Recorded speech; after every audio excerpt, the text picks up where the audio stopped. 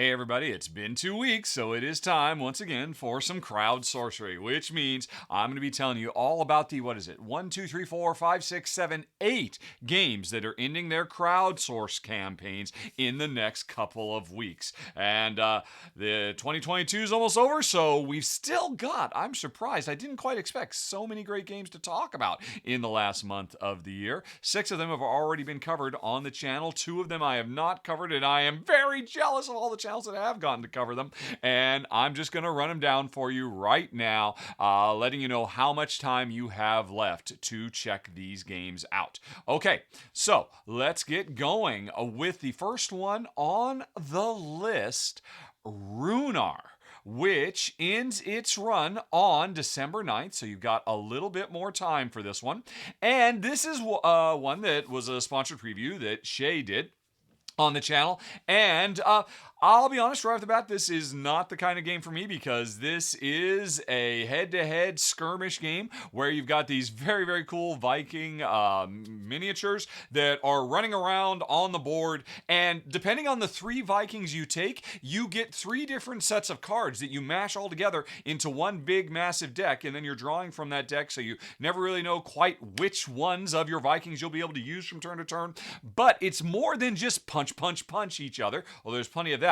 The game actually has a lot of objective-driven gameplay too, and if you like this kind of thing, I think it's definitely worth checking out. And you can go check out the Kickstarter page. There's only going to be links for all of these campaigns down in the show notes, but there's also going to be a link for Shay's preview of it if you want to see what makes this game stand out from all the others. And it does really have some very cool, interesting, unique elements. And I'm not one for punching and kicking, but if you are, you won't want to miss Runar, which ends on December 9th. Okay, then let's move on to the next one, Tiny Epic Crimes. And oh my goodness, I actually had the opportunity to cover this one myself for the channel, but in the end I passed because I thought, okay, I don't really need another deduction game. I played plenty of them. And then Kimberly went on ahead and did a wonderful sponsored preview for it, and I watched her preview and I'm like, oh my gosh!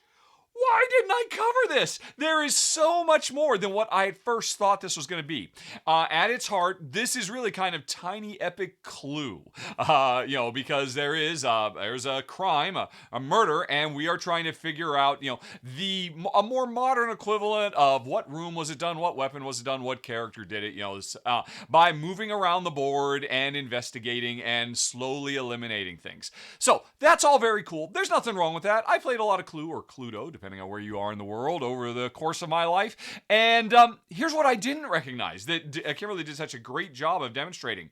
There's a lot more going on in this city in addition to the crime we're trying to solve. Basically, as police detectives, there are events popping up all over the board, and once they pop up, they stick around and continue to cause problems for us, round after round after round. So, the game really struck me as having kind of a pandemic vibe to it. There's all these hotspots, all these fires burning, and while we've got some core action we need to do, solve this fundamental crime, we're also dealing with events and emergencies all the time, or choosing to let them sit and dealing with the consequences as they get more and more impactful on our gameplay. And the interesting thing is, by default, this is a competitive game where we're all detectives competing to solve the crime and all of that. But those events will slow us down such that sooner or later, we have to work together because nobody can get their main job done. And so that's actually a really cool extra element to here that, again, Kimberly does a great job of demonstrating in her preview. But then, and here's what I didn't know, folks, the whole thing can be played cooperatively. And had I known a pandemic-style firefighting game with a healthy dollop of mystery solving and whatnot, with some really, really cool special powers that players have, things they can unlock, and and a lot of variety in the different types of events that will pop up over the course of the game, really impressed the heck out of me. And now I am kicking myself for not having covered this myself. But again, links down in the show notes if you want to check out Kimberly's excellent run through to see why. I kind of skipped the last few Tiny Epic games. They didn't really speak to me, but this one really jumps out at me, and I cannot wait to try the final version of Tiny Epic Crimes, which ends on December 9th also. Okay, after that, we have got Fit to Print. Now, this one I did cover.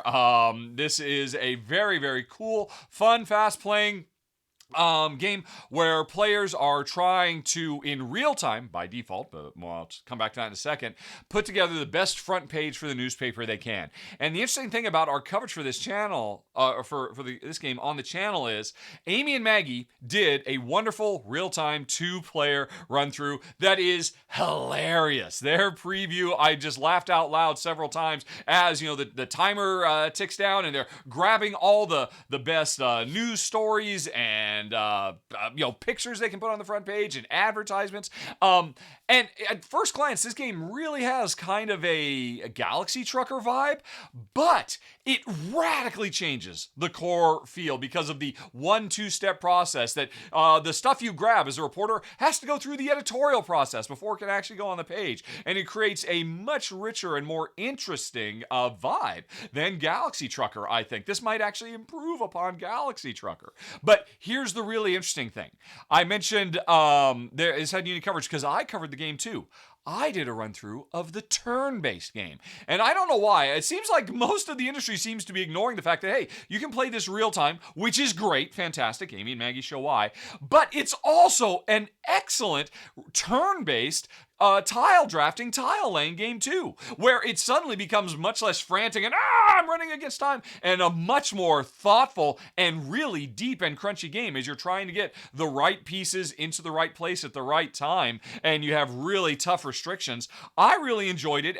This game could have shipped as a turn-based game, and it would have stood on its own. But this, actually, is more than that. It's got solo puzzle modes you can play. It's got like a family-friendly mode you can play. There's a lot of variety, and you can see a good deal of it if you check out Amy and Maggie and my simultaneous run through. And then the three of us got together and actually talked about it in the final thoughts because we were all so impressed with Fit to Print. Now, this one ends once more, folks, on December 9th. So you've got a little bit more time to check it out.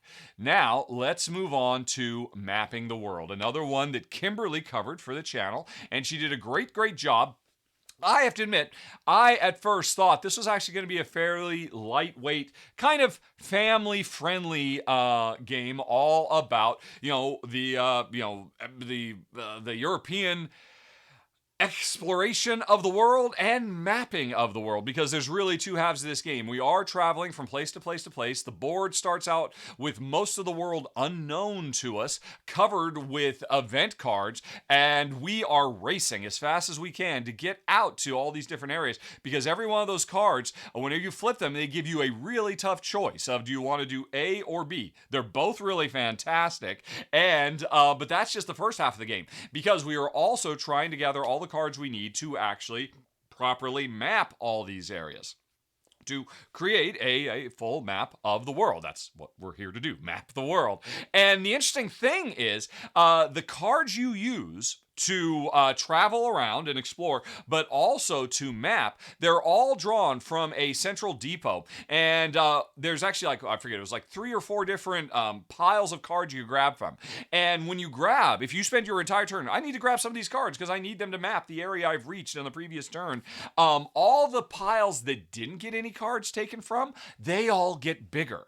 And so it's always a tough choice of, well, okay, I really want to grab those, but if I do that, I'm putting more cards on the other ones that are going to help you on your turn, as these depots of cards just build and build and build, and you'll get such a wide variety of cards in them that you start getting a lot more interesting decisions you can make.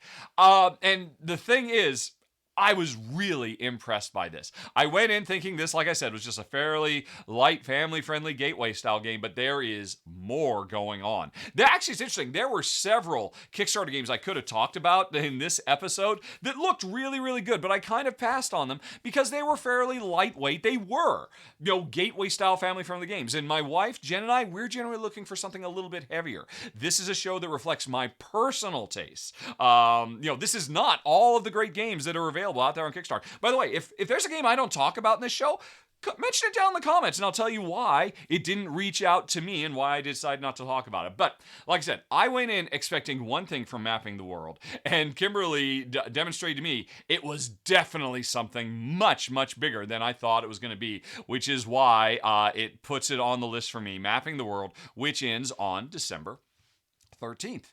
Okay, then let's move on to Bazaars of Ubar. And now this is one that I have not covered, and I am very, very jealous, as I said right up front, of other channels that have, because this is the latest. It's an engine building game from Gray Fox, and from what I've seen of this game, this might be the greatest game from Gray Fox to date. And they've put out some really fantastic games, but this one speaks to me on such a deep level. It is all about a fantastical steampunk bazaar where we are dealing with merchants, and gosh, this game gives me such strong Glenmore vibes. Glenmore is one of the greatest tile laying games of all time, in part because it's a really sharp time track game, as is this one. And you know, the further you move around to grab the right tile that you really, really need, the more time you burn, which gives your opponents the opportunity to take quicker, shorter turns while you take one big, really long super turn.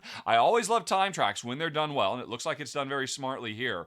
But that's only half the game, because once you grab these different bazaar tiles, you lay them out in your own little personal grid, kind of like Glenmore, and each one of these tiles has a function it does, and it has an arrow. And wherever you put it, every other tile that you've already placed on a previous turn that is pointed to by that arrow activates again. And oh my gosh, as soon as I saw that, just click, I just immediately knew I had to play this game, because I can imagine just how rich and interesting the decisions get as you're like, okay, if I put this over here and I put that one over there, because I'm ultimately planning on getting that one and then putting it down to launch all three of those because they're in a straight line.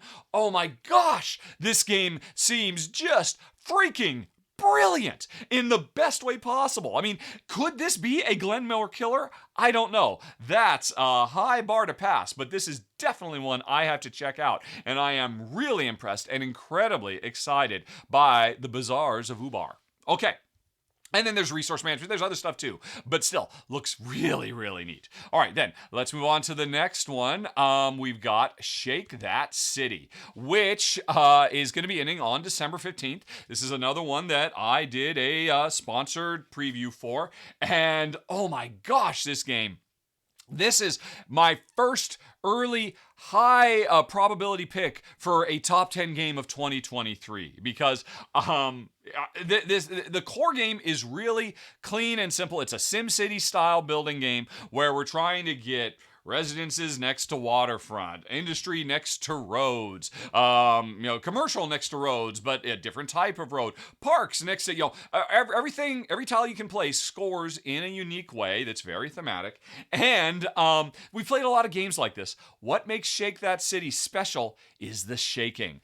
This has got to be the coolest new gimmick or gadget or whatever you want to call I have seen in board gaming since the Zolkin the Mayan calendar came out a decade ago with those big turning gears, because you got this shaker, you shake it up, you push a plunger, and that creates a perfect little 3x3 grid of cubes that tells everybody how they can actually build their city.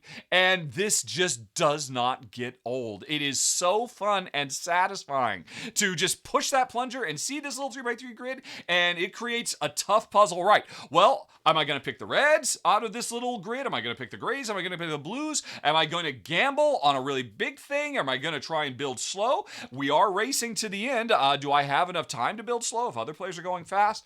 Really sharp. Jen and I both fell hard in love with this game, playing the prototype of it. And as I understand it, there's actually an expansion that's part of this campaign that I haven't played yet, and I really want to check that one out too. So anyway, Shake That City is freaking awesome, and it's ending its run on the 15th of December. Okay, let's move on to the next one then. Empire's End. And now this is one that once again I have not played, and man, But I really wish I had. Brotherwise Games, why didn't you contact me? I would have loved to have covered this thing. It's from designer John D. Clare. It's really interesting that John D. Clare is not doing this with his normal publishing partner, Alderac Entertainment, AEG. But I don't care. All that aside, what really pulls me into this game, this is a game all about, players all have, at the start of the game, the exact same duplicate empire. We've got a bunch of different tiles that represent our farms and our cities and all sorts of things. And every round, or I should say most rounds, we're going to draw a disaster card. And everybody, draw that disaster card, and it says everybody's going to lose their fourth from the left tile, whatever that might be. At the beginning of the game, everybody has tiles in the same spot, but over time, tiles might shift around, and so some people would be hurt by a disaster more than others. So we all then look at the disaster, decide, well, how bad is that disaster going to be for me? Can I afford to lose that farm? Can I afford to lose that city? Can I afford to lose that barracks or whatever it might be? Or do I need to spend resources that are printed on the card for the disaster? Do I need to spend resources to avoid losing that? Because we start out with a big, prosperous, super powerful nation, and by the end of the game, all these disasters are going to rip us apart. I love this idea of not building up over the course of the game, but watching things getting destroyed over the course of the game as we try desperately to hold on and stave off the Empire's End, hence the name of the game.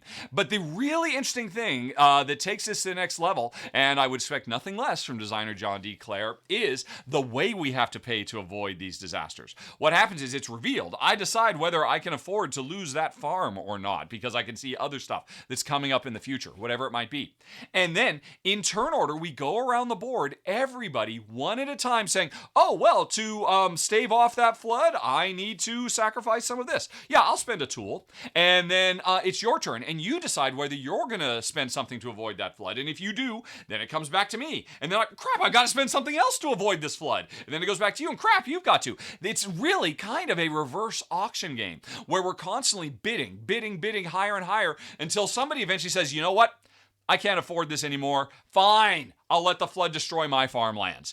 And you might think, oh no, because you outbid me. Hey, you get to keep your farmlands. You use it later during times of plenty. My farmland gets flipped over and destroyed. Oh no, too bad, so sad. Except for the fact that everything that went into that auction, I now collect. So I will be much stronger on future turns.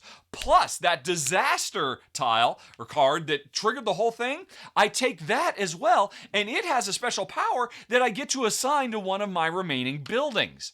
And that is freaking brilliant!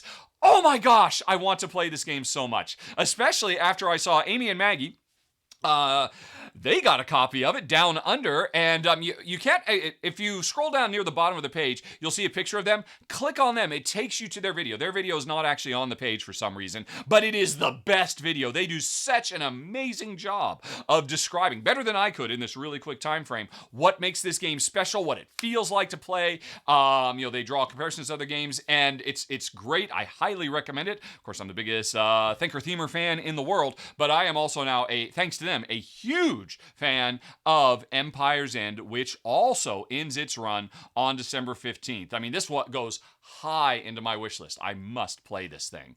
Okay, we've got one more to talk about, folks, and it is the custom bags and playmats for board games from publisher Crafting Kingdom. We're known for doing all kinds of board game accessories, and I did a sponsored preview for this as well. You can find a link for that down in the show notes, like all the other stuff. There are two things in this campaign. The best board game bag I've ever seen. And I've covered a lot of board game bags over the years. Here's the deal. Generally, back when I was in Malta, I covered several of them. And after I was done with them, I always gave them away to friends. Because they were all very cool, but I didn't feel like I needed them. This one I kept. I think it is that impressive, and you can watch my video to see why. But that's only half of what's in this GameFound campaign. In addition to this bag, which has customizable art on it, customizable straps, and customizable insides, all kinds of really sharp design ideas, there's a whole second half to this campaign, which are player mats. And I've got that player mat in front of me right now. LED lined player mats. Look at this. This is so much fun. Again, you can see me play with this and show all the different settings for it in the video that's down in the show notes. This is really cool. It's a high quality player mat. Really, really. I mean, like, I mean, here I am scratching the heck out of this, or I mean, on screen. I'm scratching the heck out of this thing with my fingernail. No marks, no scuffs. This is a really tight weave, really nicely put together. It comes in a bunch of different colors, a bunch of different shapes, but with the actual LED that works. Alexa, lights off. Especially fun when you turn all the lights off and it's on and whatnot. Alexa, stop. This is a very cool 1-2 campaign. It's going to be ending on September 16th. Alexa, lights on. An excellent game bag, one of the best I've ever seen. Alexa, lights on.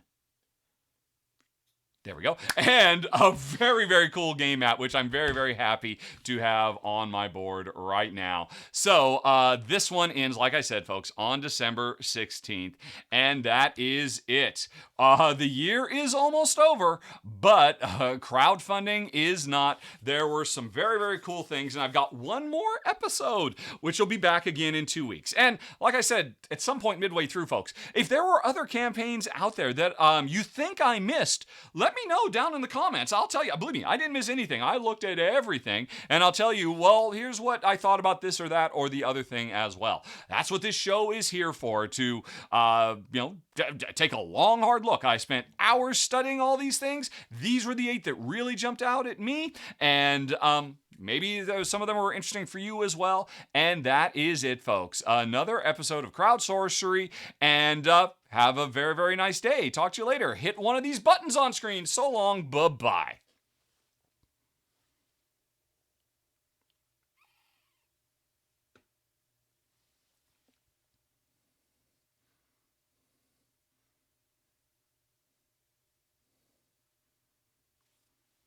Did you hit a button?